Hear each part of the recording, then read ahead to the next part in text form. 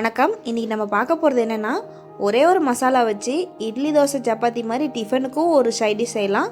அதே சமயத்தில் சாதத்துக்கும் ஒரு குழம்பு செஞ்சிடலாம். அதாவது ஒரு விதமான மசாலா வச்சு சட்னி குழம்பு ரெண்டும் எப்படி செய்கிறதுன்னு பார்க்கலாம். நாம் இப்போ செய்ய போகிற சைடிஷ்க்கு நம்ம வீட்டு சமையலறையில் அடிப்படையாக வச்சுருக்க பொருளை வச்சே செஞ்சிடலாம். அதுவும் இந்த சைடிஷ் செய்கிறதுக்கு சுலபமான முறையில் சீக்கிரமாகவே வேலையை முடிச்சிடலாம். சரி, இப்போ இதுக்கு தேவையான பொருள்லாம் என்னென்னு பார்த்துடலாம்.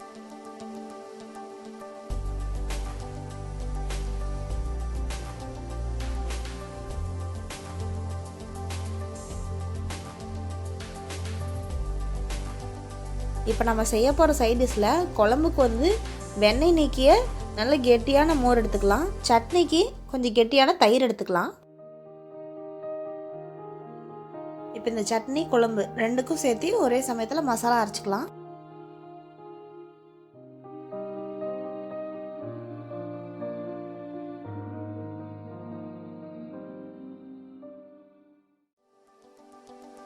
இந்த மசாலா அரைக்கிறதுக்கு தயிரோ இல்லை மோரோ ஊற்றி அரைச்சிக்கலாம். நான் கொஞ்சம் மோர் ஊற்றி நல்லா அரைச்சிட்டு அதுக்கப்புறம் கடைசியாக கொஞ்சமாக தயிர் ஊற்றி அரைச்சிக்கிறேன். ஏன்னா தயிரை முதல்ல போட்டு அரைச்சிட்டோம்னா அதில் வெண்ணெய்லாம் திரண்டு வந்துடும். அதனால தான் மோர் ஊற்றி அரைச்சிக்கிறேன். இப்போ இந்த அரைச்ச மசாலா விழுத பாதி அளவுக்கு மோரில் ஊற்றி கலந்துக்கலாம்.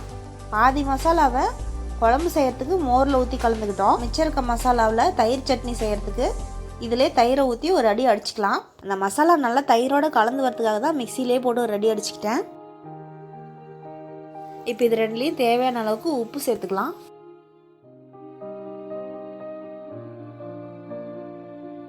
இப்போ இந்த சட்னியும் குழம்பையும் தாளித்து விட்டுக்கலாம். முதல்ல சட்னி தாளிச்சிக்கலாம்.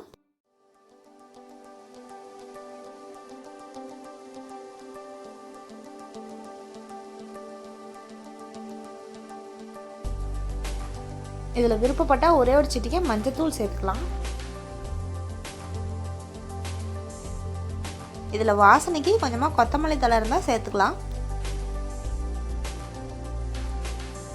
இப்போ இந்த தயிர் சட்னி தாளித்து விட்டாச்சு. இது இனிமேல் இட்லி தோசை சப்பாத்தி இந்த மாதிரி டிஃபனுக்கெல்லாம் வச்சு சாப்பிட்றதுக்கு ரொம்ப நல்லாயிருக்கும். அடுத்தது குழம்பு தாளித்து விட்டுக்கலாம்.